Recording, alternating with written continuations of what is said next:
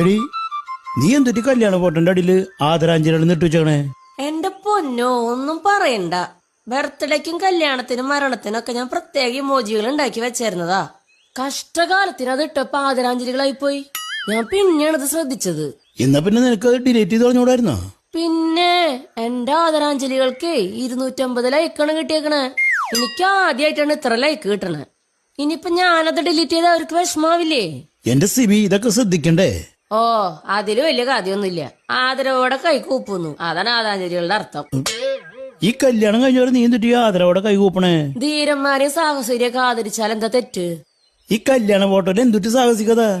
സാഹസികരല്ലാണ്ട് പിന്നെ ഭീരുക്കളാണോ കല്യാണം കഴിക്കണേ? അല്ല പിന്നെ. കല്യാണം കഴിക്കണമെങ്കിൽ കുറച്ചൊക്കെ ചങ്കൂറ്റം വേണം.